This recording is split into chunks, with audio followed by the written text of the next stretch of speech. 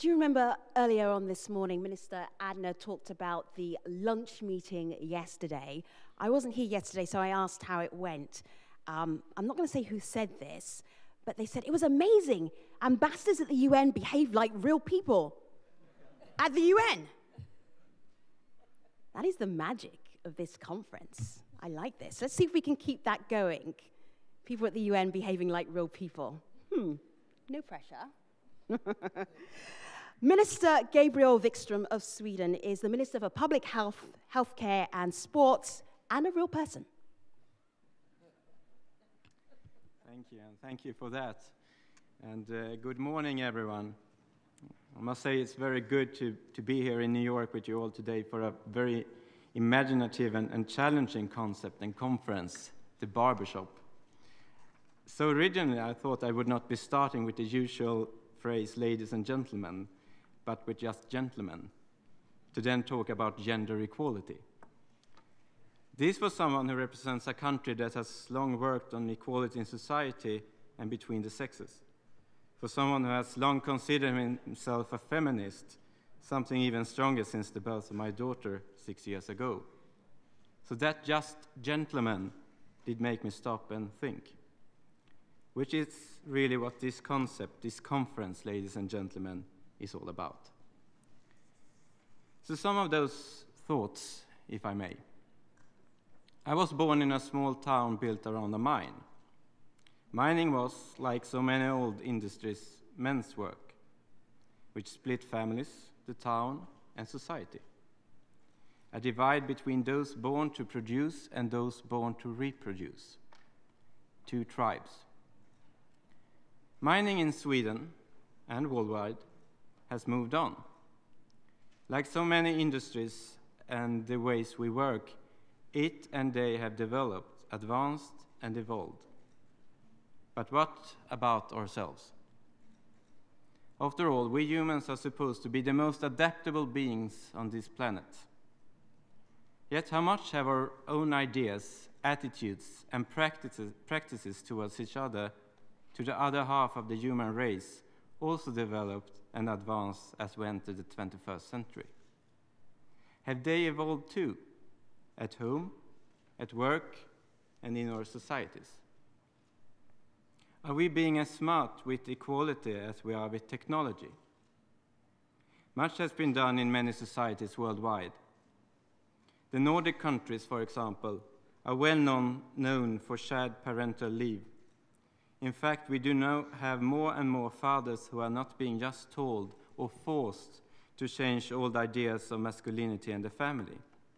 They and their children are sharing, developing, and enjoying the changes to both, which, of course, is the real change.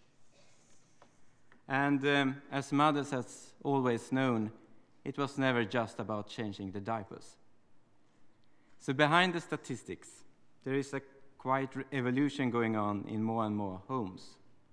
Change that is creating new norms with real benefits for women, for men, and for the children, both the girls and the boys. This is not to say it is all sorted in Sweden. Far, far from it. Sharing parental leave has been a long road since 1964. Many lessons have been learned. There is still much more to learn and to do. As in any country, developing smart, pragmatic policies takes time. They must adapt, develop, and evolve too, if they are to work. But without them, change may never come. Progress can be fragmented, slow, or even reversed. And all policies must have their beginnings.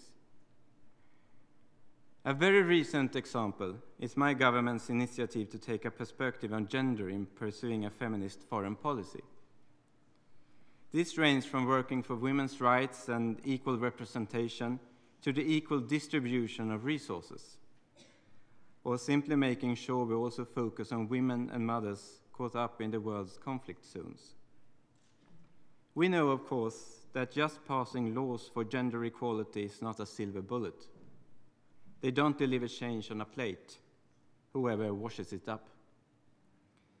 A vital element in their beginnings and in their development, success, and advances is, of course, the ongoing debate they create, which to work must include all those involved.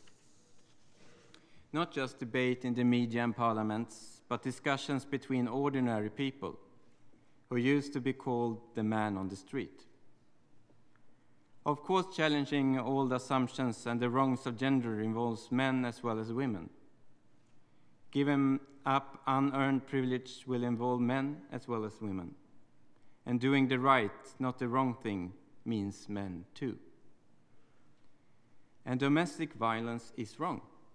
Equality between the sexes is right. These are about human rights, right in our homes, at work, in our communities. We are all involved, and we all need to talk. Beyond the official talking shops, into the cafes and bars, into the barbershops. My 6-year-old girl would find the idea that a girl is less able and less deserving than any 6-year-old boy wrong. I, as a man, as a father, and like so many fathers, find it wrong. And as wrong as any 6-year-old boy would be in calling it just a girl's issue. So, gentlemen, we shouldn't call it that either. Nor is women hitting glass ceilings or being hit by men just women's issues. These are issues of and for humanity, which involves us men. After all, our stories, our cultures, our movies, our barbershop talk are so often about being smart, about being brave, about doing the right thing. And just what all these really mean in our 21st century was made clear by last year's Nobel Prize winner, the youngest ever, Malala Yousafzai.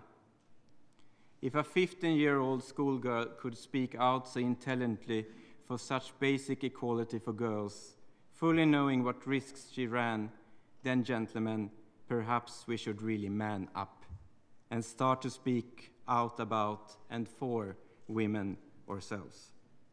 Like he for she, I congratulate and thank all those involved and wish this initiative all the very best. Thank you very much.